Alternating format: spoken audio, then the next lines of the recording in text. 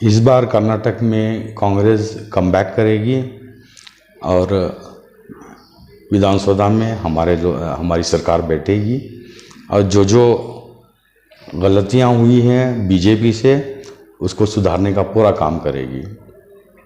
224 में से कितने कांग्रेस के होंगे टिकट उम्मीदवार कामयाब होंगे?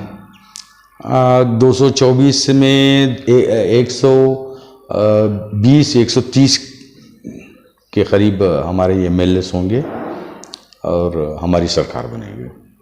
तो किस बुनियाद पर आप कह रहे हैं कि सर आपको मेजॉरिटी मिलेगी?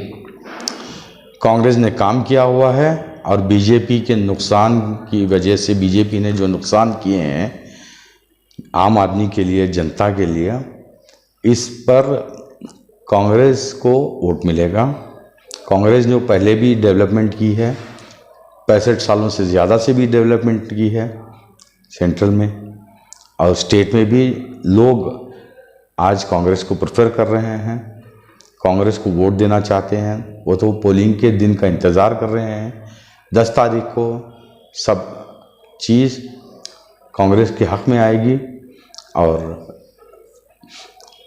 13 तारीख को आपको नतीजे मिल जाएंगे। इन नतीजों में आपको सरप्राइज रिजल्ट्स मिलेंगे। लेकिन सरप्राइज बीजेपी के लिए भी है क्योंकि उन्होंने जो है गुजरात के पैटर्न पर कर्नाटक में टिकट दिए हैं, तो क्या सरप्राइज बीजेपी के लिए भी हो सकता है? नहीं, कोई सरप्राइज बीजेपी के लिए यही एक सरप्राइज है कि वो जो है ना 60 और 70 के बीच में उनकी गिनती ख़त्म हो जाएगी और ये जो बगावत उन्होंने यहाँ से शुरू हुई है जगदीश शेट्टर और लक्ष्मण सवड़ी के जैसे बड़े दिग्गज नेताओं की वजह से जो पार्टी छोड़ कर आए हैं, लिंगायत कम्युनिटी को की जो बेइज्जती की गई है, तो ये उनके लिए बहुत बड़ा झटका होगा और सरप्राइज यही एक उनके लिए सरप्राइज होगा। गुजरात में भी उन्होंने दिग्गज नेताओं को टिकट नहीं दिया, इसके बावजूद वो इलेक्शन जीतकर हुकूमत बना चुके हैं। गुजरात और कर्नाटक में सिचुएशन अलग अलग हैं। गुजरात के अंदर लोग दबते हैं, दबाए जाते हैं। कर्नाटक के अंदर इस तरीके की सियासत नहीं होती। जो बगावत यहाँ से शुरू हुई है बीजेपी के लिए आने वाले दिनों में हर स्टेट में बगावत होगी और ऑलरेडी शुरू हो चुकी है। हुए हैं, पीएम मोदी के रोड शो हुए हैं और काफ़ी जोर उन्होंने लगाया है इस मरतबा। हाँ, कि हिंदुस्तान की हिस्ट्री में कोई प्रधानमंत्री इस तरीके से कैंपेन नहीं किया है। ये उनका डेस्परेशन है। ये डेस्परेशन की वजह से यहाँ पर वो पूरा हिंदुस्तान छोड़कर कर्नाटक के अंदर बैठे हुए हैं। जहाँ मणिपुर जल रहा है, लोगों की हत्याएं हो रही हैं, लेकिन कर्नाटक में दंगे कराने की बात ओपनली बोल रहे हैं। उनके ऊपर कोई एफआईआर नहीं होता, कोई उनके ऊपर एक्शन नहीं लिया जाता। इलेक्शन कमीशन एक ऑटोनोमस बॉडी है, उनको फेयर एंड फ्री इलेक्शन कराना चाहिए, चाहे वो प्रधानमंत्री हो या कोई और नेता हो। सीधे इस तरीके के स्टेटमेंट पर एफआईआर दर्ज होना चाहिए और पूरा एक्शन लेना चाहिए। यहाँ बेंगलुरु का क्या हाल है? बेंगलुरु के अंदर भी कांग्रेस को 17 सीट जीतने की उम्मीद है और सबसे ज़्यादा सीट तो कांग्रेस ही जीतेगी बेंगलुरु सिटी के अंदर। और कई जगहों पे मुसलमान मतलब माइनॉरिटीज़ के मल्टीपल कैंडिडेट्स दिए गए हैं, जैसे कि सर्वज्ञ नगर है, चिकपेट है। इस जगहों पर मेरी ये एक ही एडवाइस है कि आप अपना वोट ना बांटें, आप अपने कांग्रेस के उम्मीदवार को वोट दें और उनको कामयाब कराएं, क्योंकि कांग्रेस की सरकार आएगी और डेवलपमेंट बहुत अच्छे से होगा। जैसे मैं देख रहा हूँ कि चिकपेट में बहुत सारे स्लम्स हैं। ये स्लम वर्ड नहीं होना चाहिए, अल्फाज स्लम का नहीं होना चाहिए सिटी के अंदर, उसको डेवलप करने का काम होना चाहिए। तो ये कांग्रेस सरकार ही करेगी। चिकपेट में हम देखते हैं कि जेडीएस से मुस्लिम कैंडिडेट है, माइनॉरिटी कैंडिडेट है, इंडिपेंडेंट माइनॉरिटी कैंडिडेट्स हैं, तो यहाँ पर वोटों की तकसीम का पूरा अंदेशा है। जी, कंटेस्ट करने का सबको हक है और सब कर रहे हैं, लेकिन वोटर जो हैं वो सही तरीके से वोट करें तो कांग्रेस की जीत ज़रूर होगी। सर्वज्ञ नगर का क्या हाल है सर? क्योंकि आपका ताल्लुक उस हल्के से रहा है, वहाँ पर भी जो है कई माइनॉरिटीज़ कैंडिडेट एक माइनॉरिटी कैंडिडेट के खिलाफ नज़र आ रहे हैं। अगर माइनॉरिटी करके टर्म लगाएं तो आप माइनॉरिटी का टर्म जो है सिर्फ मुसलमानों के लिए लगता नहीं है, क्रिश्चियन हैं, बहुत सारे और दूसरे कम्युनिटीज़ भी हैं, ये सब माइनॉरिटीज़ में भी आते हैं। और केजे जॉर्ज साहब एक माइनॉरिटी कैंडिडेट हैं और माइनॉरिटी को डिफीट करने के लिए ये साजिश की गई है और ये साजिश में कोई कामयाब नहीं होगा। जबकि कुमार स्वामी जनता दल के स्टेट प्रेसिडेंट, उन्होंने खुद अपने स्टेटमेंट में यही दिया है कि जहाँ जहाँ वीक कैंडिडेट है जनता दल से वो जाकर कांग्रेस के लिए काम करें। वोटर्स के लिए उन्होंने तारीख भी दी है, रिक्वेस्ट भी किया है कि आप अपना वोट कांग्रेस को दे दें बजाय जनता दल के, उनका कैंडिडेट वीक है। तो मुझे इस हिसाब से लगा कि जनता दल का कैंडिडेट सबसे ज़्यादा कर्नाटक के अंदर मुस्तफ़ा सर्वज्ञ नगर के अंदर हैं। उनको जो है अपनी पार्टी हाईकमांड की बात सुनकर कांग्रेस के लिए काम करना चाहिए। आखिरी 2 दिन है, इस 2 दिनों में कांग्रेस के लिए वो सपोर्ट करें, क्योंकि लेकिन वहाँ पर हम देख रहे हैं कि सर्वज्ञ नगर में चंद मुस्लिम ऑर्गेनाइजेशंस ने जो है मुस्तफ़ा साहब का सपोर्ट किया है, जेडीएस का सपोर्ट किया है खुलकर, तो इससे असर होगा? जी, कोई असर नहीं होगा। हमारा डेवलपमेंट के ऊपर हम वोट मांग रहे हैं।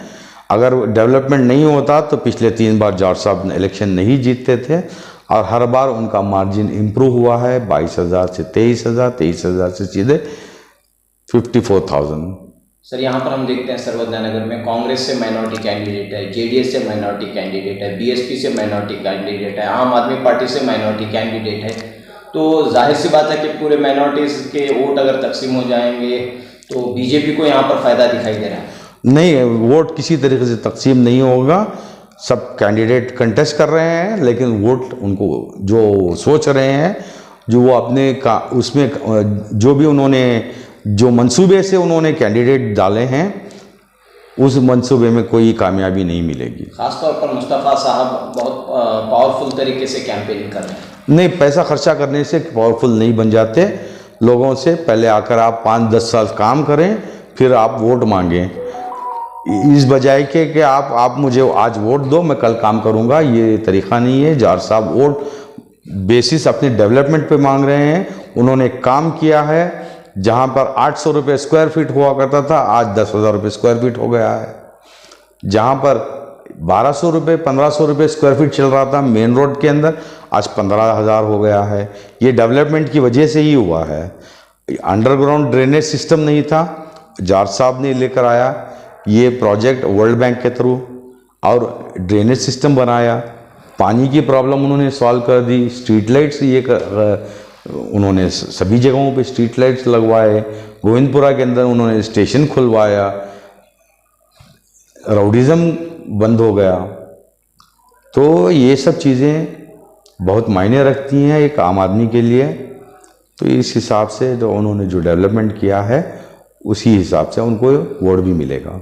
और पिछले इलेक्शन में भी जो है देखिए, पिछले इलेक्शन में या उससे पहले के 2008, 2013, 2018 और 2024 ये चारों इलेक्शन के अंदर जनता दल से मुसलमान कैंडिडेट ही आए हैं और चारों मतलब अलग अलग कैंडिडेट आए हैं। कैंडिडेट रिपीट नहीं हुए हैं। तो इसका मतलब है कि कैंडिडेट को वहाँ एक्सेप्ट नहीं करते। माइनॉरिटीज़ खुद एक माइनॉरिटी कैंडिडेट को एक्सेप्ट नहीं करती। मुसलमान खास करके नहीं एक्सेप्ट करते। मुसलमानों को डेवलपमेंट चाहिए। ये अच्छी तरीके से मुसलमान तबके में बहुत डेवलपमेंट किया गया है। सबसे ज़्यादा फंड मुसलमान तबके में अलॉट किया गया है और स्कूलों को तो मॉडर्नाइज किया गया है। जॉर्ज साहब की अपनी फाउंडेशन से, सर्वज्ञ नगर यूथ एंड वेलफेयर एसोसिएशन से उन्होंने बहुत सारा फंड स्कूलों को अडॉप्ट करके मॉडर्नाइजेशन किया हुआ है। आज हर स्कूल के अंदर उन्होंने डिजिटल क्लासरूम बनाए हैं।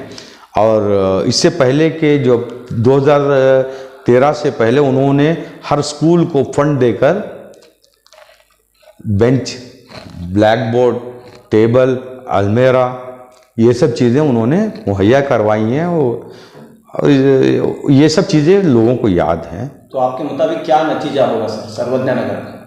सर्वज्ञ नगर में कांग्रेस पार्टी और केजे जॉर्ज साहब इलेक्शन आराम से जीतेंगे। उससे कोई वोट का बढ़ने का कोई चांस नहीं है। अच्छी लीडिंग, अच्छी मार्जिन से जीत कर आएंगे और इंशाल्लाह अल्लाह चाहा तो एक पावरफुल कैबिनेट मिनिस्टर बनेंगे और कॉन्स्टिट्यूएंसी को एक मॉडल कॉन्स्टिट्यूएंसी बनाएंगे।